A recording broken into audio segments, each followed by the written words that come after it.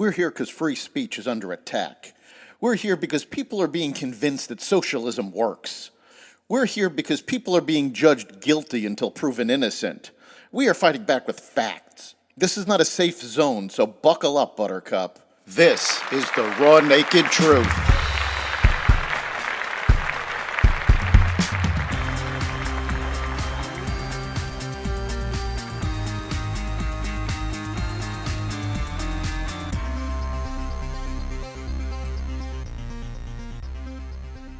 Biden faces more calls to leave the campaign. The FTC investigates drug prices. Harvard supports antisemitism, and more. Welcome to the Raw Naked Truth. I'm your host, Eric Lopkin, and here's the news you need to know. On Wednesday, President Biden's support for his re-election bid continued to fall apart. A Democratic senator asked him to drop out of the race, and a huge Hollywood supporter said he can't win. Late Wednesday night, Senator Peter Welch of Vermont said Biden should step down for the good of the country. He was the first Democratic senator to make this call, and he suggested that Vice President Kamala Harris would make a good replacement. Welch wrote in the Washington Post that the people he represents are scared that Trump will win again and are worried that Biden can't win this time. George Clooney authored an op-ed saying the Biden he saw at the fundraiser that he put together was the same Biden America saw during the debate, and that Biden can't win. Critics are asking why it took Clooney so long to come forward with this statement. Meanwhile, Biden now has to deal with a tough race in the deep blue state of New York. Polls show that Biden's support is steadily failing in a state he won by 23 points 4 years ago. This has made New York politicians and union leaders nervous, and they've began pushing Biden's team to spend more money in New York to help his campaign and the Democrats running in 6 close seats that could decide who controls the House. We're still acting like this is a one-party state, which for pretty much 25 years it has been, Democratic Manhattan Borough President Mark Levine said. I truly believe we're a battleground state now. U.S. sources say that soon the U.S. will start sending the 500-pound bombs to Israel that the Biden administration had stopped sending 2 months ago to try to reduce the number of civilian deaths in Gaza.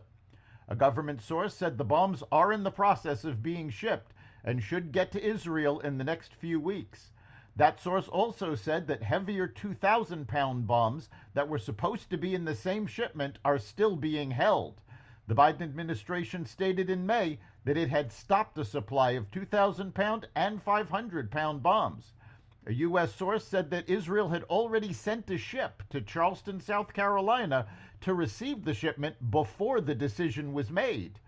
President Biden's decision to delay the delivery of some types of bombs made the situation worse between his administration and Israeli Prime Minister Benjamin Netanyahu over how he is handling the conflict. Retired General Yaakov Amidror, who used to be the national security advisor to Israeli Prime Minister Benjamin Netanyahu, said that Israel and the terrorist group Hezbollah, which is based in Lebanon, will soon start a full-scale war. Experts say that Hezbollah, a Shiite terrorist group in Lebanon, is actually in charge of the whole country. On Sunday, they fired about 50 rockets into northern Israel. An American and 2 Israelis were hit by pieces of a Hezbollah anti-tank rocket.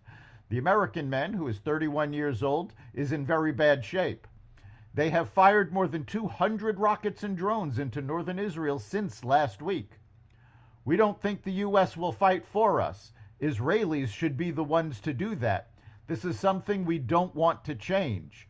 We need American help by sending all kinds of weapons in large quantities and all the time, Amidor, a distinguished fellow at the Jewish Institute for National Security of America, said. This will allow us to fight the war with the limited resources and military we have. Harvard lifted the suspensions of 5 students who had been put on hold for their part in the illegal anti-Israel camps on the Cambridge, Massachusetts campus earlier this year, once again showing their tolerance for anti-Semitism. I'm disappointed in this action. I've heard the phrase, no good deed goes unpunished, but it seems in this case that no good deed goes unreversed. Rabbi David Wolpe, a visiting scholar at Harvard's Divinity School, who stepped down from Harvard's Anti-Semitism Advisory Committee after a short stint, told the Jewish Insider, "Punishment is a lesson. Reversing it is a permission." Rabbi Hershey Zarchi, who is in charge of Chabad on the Harvard campus, called the change revealing and deeply disturbing. Zarchi also said that it is sadly clear that the move will give anti-Israel protesters more confidence. The Biden administration said that Chinese steel that goes through Mexico would be subject to tariffs. A new rule says that steel from Mexico will be taxed at 25% unless it can be shown to have been melted and poured in the U.S., Canada, or Mexico. China can get around current tariffs by sending metals to the U.S. through its southern neighbor. The rule is an effort by the Biden administration to stop China from taking advantage of this loophole. U.S. officials are getting more and more worried that China's extra industrial capacity is flooding global markets with cheap goods, hurting U.S. businesses.